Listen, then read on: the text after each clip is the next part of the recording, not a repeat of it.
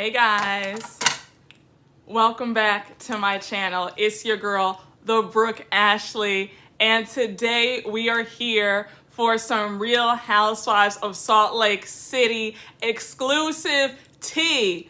I have been promising you guys this video forever now, and it's time that we talk about it. Let me start off by saying that this video was prompted because of the response that I got when I dropped my SLC trailer recap video last month. You guys, when I tell you I had Lottie, Dottie, everybody in my DMs and in my emails giving me information, but then seeing that my video had gotten into the hands and the eyes of the actual SLC housewives.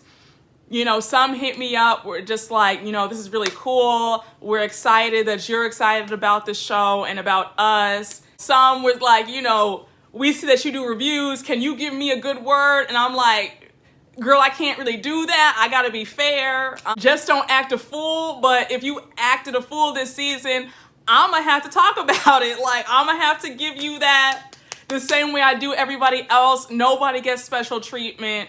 Nobody. So you know that too. So don't be texting me either talking about, Brooke, why did you say that about me in your recap? Because I'm gonna be like, sis, I can't give you no special treatment. You acted a fool this week, so I gotta talk about it. And my subscribers are gonna be like, Brooke, why are you giving that girl special treatment? And I can't do that because my subscribers not gonna roast me, okay? And nobody's gonna be saying that I'm paid off like some of the other folks. Let me stop it. Let me stop being shady. But y'all know what I'm talking about because we see the foolishness on this season of Potomac, okay? But I just want y'all to know I will be giving fair reviews for SLC and every other franchise. But this is what happens when your videos pick up steam. I said, okay, look at me. I'm joking. With all that being said, the attention from the actual housewives to, you know, some tea from other people. One of the biggest emails I got was from a direct source. A relative of Mary Cosby's reached out to me and said, Brooke, please open this email. We need to talk. I can tell you everything. So when I saw that, I was like, oh my gosh, like, oh my goodness, okay, you know, I can't not respond to that. In our course of, you know, corresponding, he let me know that he was the adopted son of Rosemary Cosby. And Rosemary Cosby is the grandmother. She is Mary Cosby's grandmother. Okay, so that was his mom. Reached out to me and said, Brooke, can we please talk? Gave me his cell number, gave me his home number. You know, he gave me all his information and we talked. We talked actually for about an hour and I just, you know, asked him some questions and it just flowed.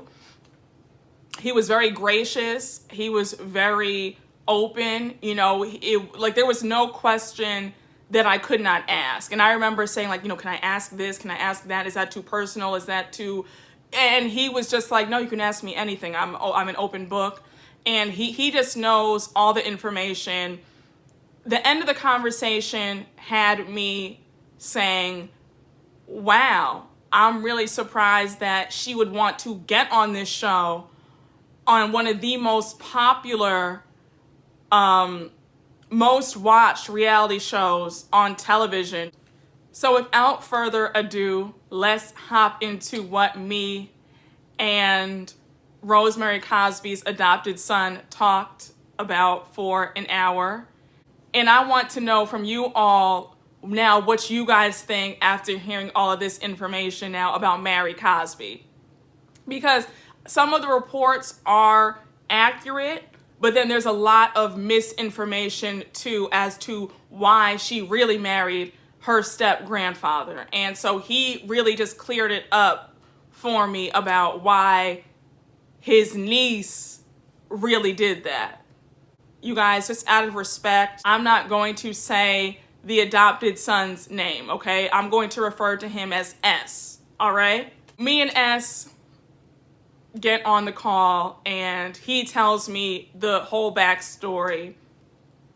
He was adopted by Mary's grandmother. Her name is Rosemary, as I said before. He was adopted by Rosemary at 3 weeks old, and Rosemary had 4 biological children and 2 adopted children.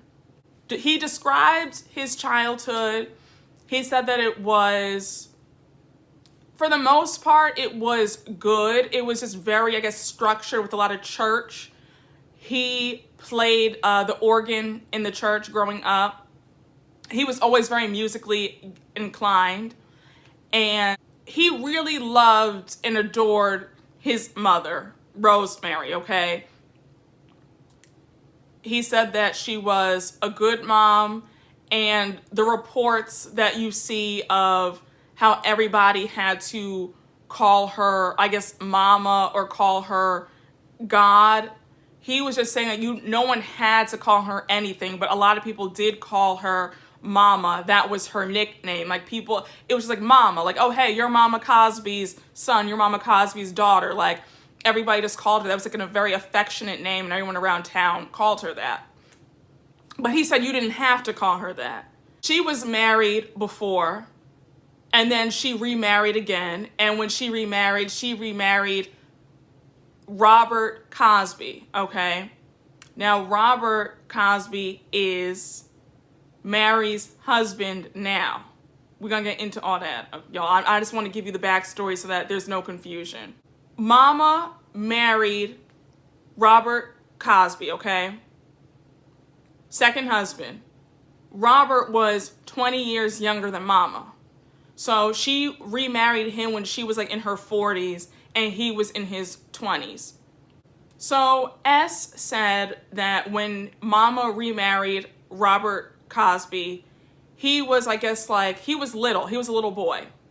But he said that Robert wasn't a nice man, okay? He wasn't nice to the kids. And S said that he was physically and verbally abusive.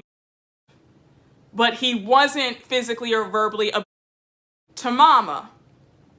I then asked, at this point in the conversation, did Mama know or suspect that he was really mean and abusive to the kids? And he said no.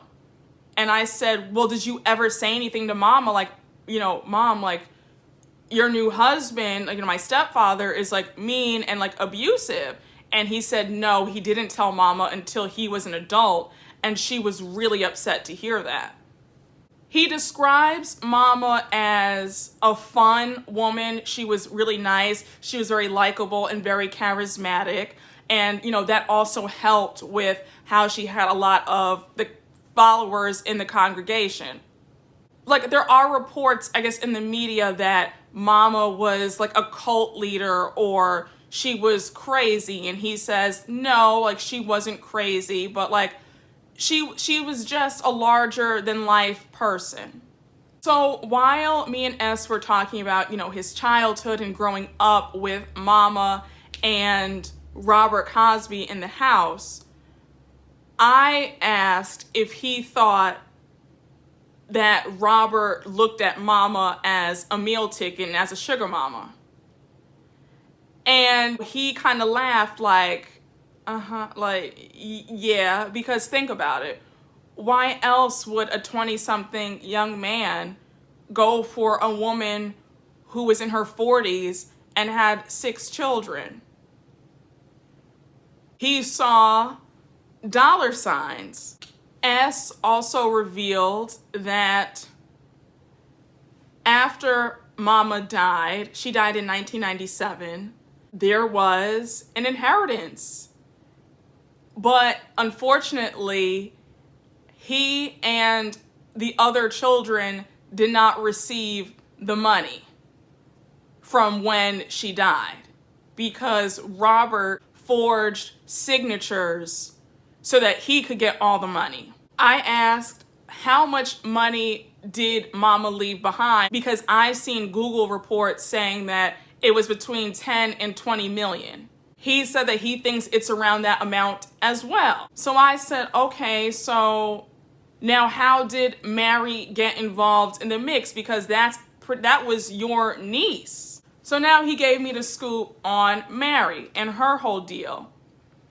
He told me that Mary has always been very money hungry, even since the time she was little. She dated a lot of, now this is according to S, allegedly, she allegedly dated a lot of the Utah Jazz players. He said that she hung around and allegedly dated and messed around with some of the big time drug dealers in Utah. Child, let me take a sip. I said, all right now. She kind of had her antennas up, like, my step-grandfather, now this is all according to S, she had her antennas up like, well, my step-grandfather got this fortune and I'm young, she's in her 20s, early 20s. Let me see what's going on. S was very clear that the reports that we all see about she was forced to marry the step-grandfather, Robert, in order to get the fortune and in order to keep the business in the family, the church in the family, that's all a lie according to him. He says that Mary saw the opportunity to be set for life and to be with the rich man, and she hopped on it. He said one day he received a call and said, hey, come to the house. And it was Robert, Mary, and several of his siblings. And they said, Robert and Mary are getting married, everybody just, deal with it. And he was just kind of like, wait, what? So he just says that that's not true. Mary was not forced to marry her step-grandfather. The funny part about this whole thing was that Mary was married to another man named Dana.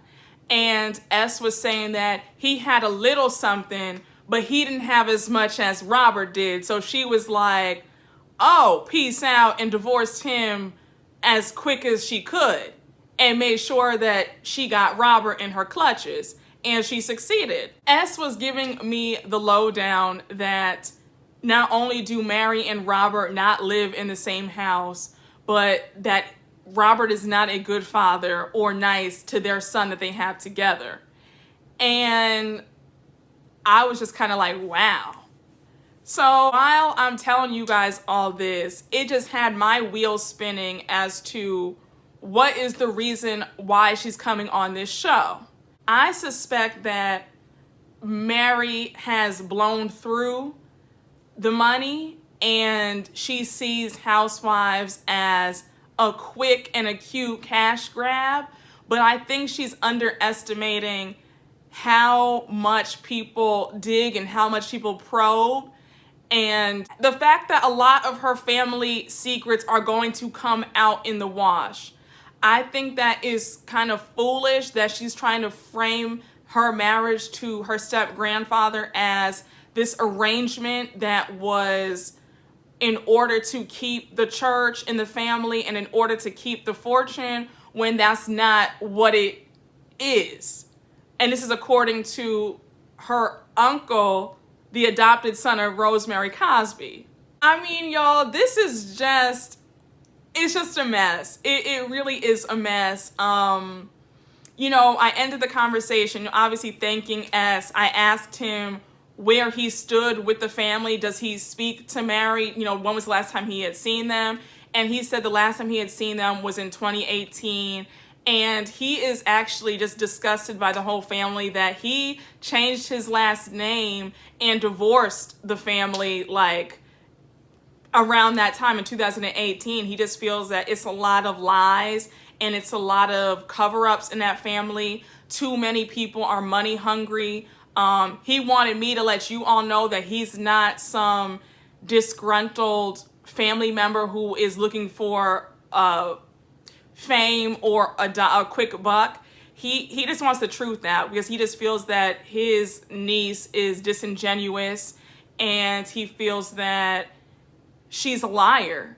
And he also just kind of feels like he doesn't know why she's going on this show to put on airs when a lot of the stuff that she is trying to sell is absolute BS and it's erroneous, and it's just flat out lies. He also let me know that he has his own company, and I saw his website. It was really nice. He just wanted to let me know and to tell you guys that he has money, so he doesn't need the inheritance. He doesn't, need a quick dollar. He's not trying to sell his story, but he just wants the truth out there, and he really wanted me to share this all with you guys, and I knew that you guys would appreciate it. And I'm planning on having a live interview with S once this season kicks off, because you guys know I want more tea. I know you all want some more tea, and I think that will be so much fun. And I want to be the one to give you guys all the exclusives for SLC. All right, guys? Don't sleep on me, honey. The doll is out here working. So make sure, guys, to like, comment, and subscribe. And I will see you guys later. Bye.